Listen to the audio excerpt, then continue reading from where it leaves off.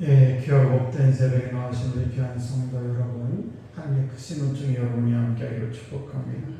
느헤미야는 술 맡은 관원으로서 얼마든지 자유롭게 그리고 부와 영예를 얻고 편안하게 살 수 있었습니다만은 그 느헤미야는 예루살렘 성벽이 무너졌다는 소식을 듣고 왕에게 건의를 해서 성벽을 건축하게 됩니다.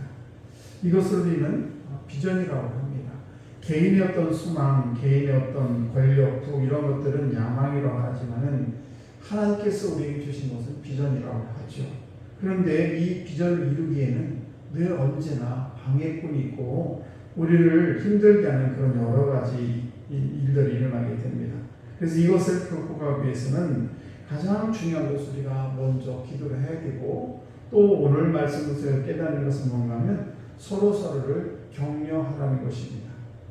11절 말씀을 보시게 되면 11절 말씀에 우리의 원수들은 이르기를 그들이 알지 못하고 보지 못하는 사이에 우리가 그들 가운데 달려들어가서 살육과 역사를 그치게 하리라. 이렇게 원수들은 얼마나 우리를 힘들게 하고 어렵게 하는지 모릅니다. 우리가 비전의 왕에서 나오게 되면.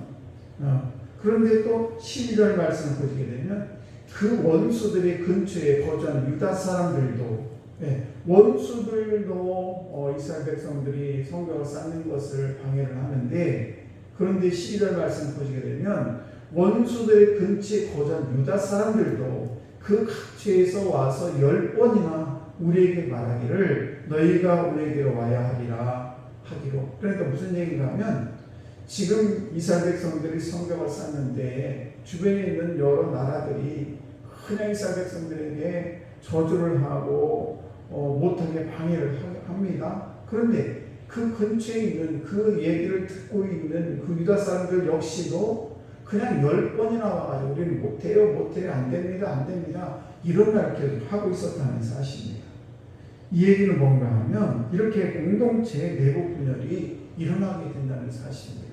자꾸만 옆에서 된다 안 된다 이런 얘기를 하게 되면 내부 분열이 하게 되는데, 그 내부 공격을 받게 되게 되면 이 문제가 뭔가 하면 일이 안 된다 그만두라 이런 얘기가 자꾸 나오게 됩니다. 부정적인 말이 떠돌다 보게 되면 이 일이 잘 안 되는 것을 볼 수가 있습니다.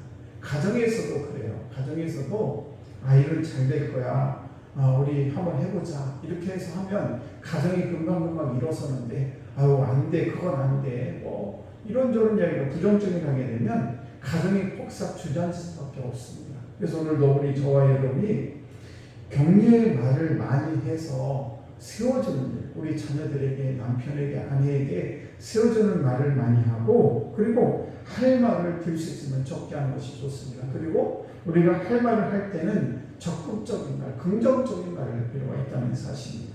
그래서 이렇게 부정적인 말이 오갈 때에 느헤미야는 침투가 비교적 이렇게 용이한 성 뒤 넓은 곳에 수비대를 배치하게 됩니다.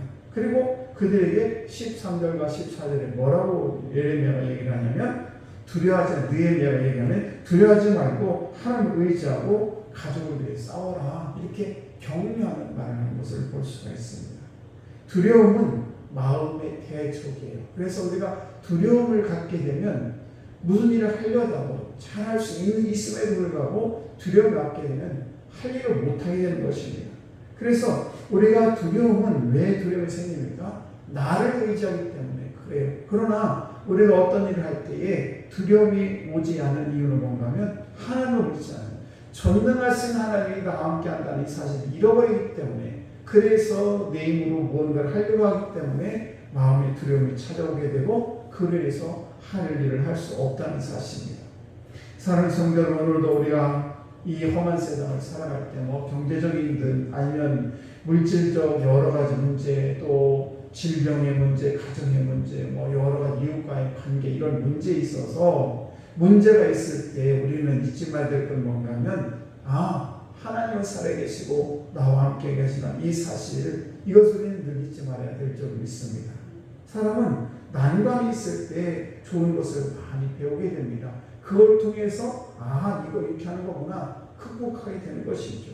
그래서 정도 우리가 편안하게 산 사람보다도 정말 옛날에 부모님 힘들고 어렵게 산 그런 것들을 많이 겪은 사람들이 더 정감을 느끼게 됩니다. 부모님에 대해서. 믿음도 그렇습니다. 믿음도 힘들 때에 그 힘든 고비를 예수의 이름으로 잘 극복하게 되면 믿음이 더 성장하게 되고 그리고 하나님과 더 인격적으로 만나게 되는 것입니다.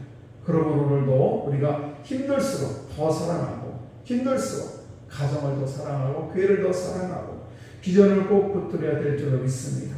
힘들다고 불평하게 되면 두려움이라는 것이 내 마음에 찾아오게 되고 그로 말미암아 하나님과 우리의 관계가 떨어지게 된다는 사실입니다. 여러분 아무리 큰 고난이 있을지라도 우리는 결코 그 두려움 앞에 우리가 떨어서는 안 될 줄로 믿습니다. 광야 생활했던 이스라엘 백성들이 60만 명이 됩니다. 장정만. 그런데 그 60만 명이 부정적인 말 했을 때 어떤 일이었습니까? 그들이 한 명도 젖과 꿀의 가나안 땅에 들어갈 수가 없었습니다. 우리가 잘 아는 김구라는 선생님이 우리에게 그런 말을 했습니다. 할 일을 찾는 백성은 흥하고 원망거리를 찾는 백성은 망한다.